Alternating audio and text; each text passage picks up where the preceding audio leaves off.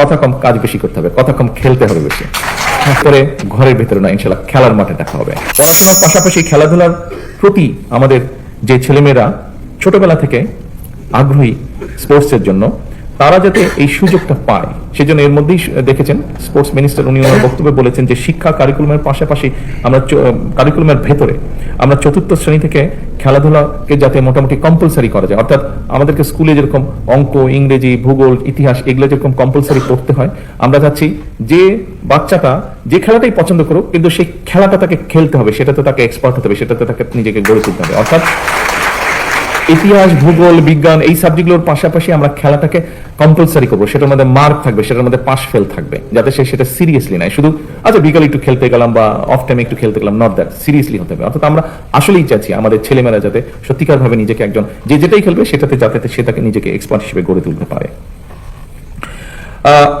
সম্মানিত উপস্থিতিবৃন্দ, স্বাধীন বাংলাদেশে বিভিন্ন ক্ষেত্রে আমাদের শিশু কিশোরদের যে প্রতিভা ছিল সেটাকে বের করার জন্য 1976 সালে প্রথম কিন্তু শুরু হয়েছিল। এখানে যারা আমাদের খেলার ভাই বন্ধুরা আছে, তোমরা অনেক ছোট ছিলে, তোমরা ছোট ছিলেন আসলে, তোমরা দেখোই না বোধহয় কেউ, এখানে সামনের সারিতে যারা আছেন ওনারা দেখেছেন।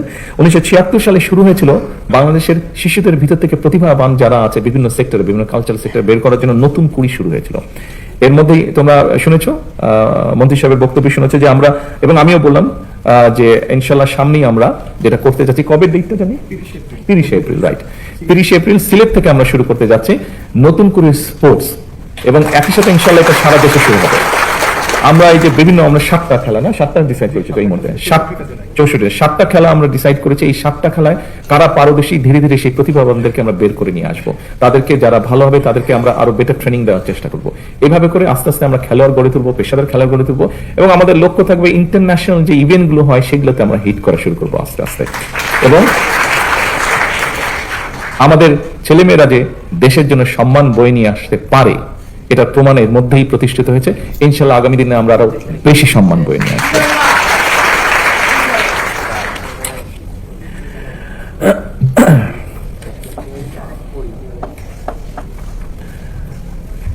কথা অনেক আছে, আমার মনে হয় কথা কম কাজ বেশি করতে হবে, কথা কম খেলতে হবে বেশি।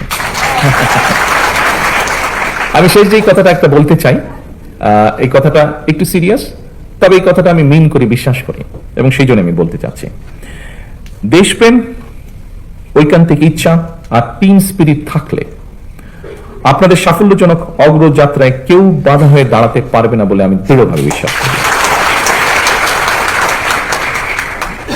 আপনাদের প্রতি, খেলার বন্ধুরা, আপনাদের সকলের প্রতি আমার একান্ত আহ্বান, একান্ত অনুরোধ, পেশাদার খেলোয়াড়ি জীবনে আপনারা কোনো রাজনৈতিক দল বা গোষ্ঠীর প্রতিনিধি নন বা হবেন না দয়া করে,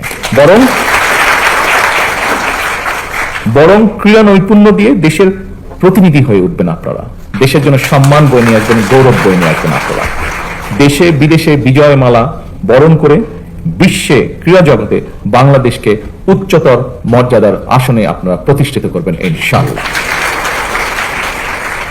আজকে এতটুকু বলে আমার বক্তব্য শেষ করছি। ইনশাআল্লাহ এরপরে ঘরের ভেতরে না, ইনশাআল্লাহ খেলার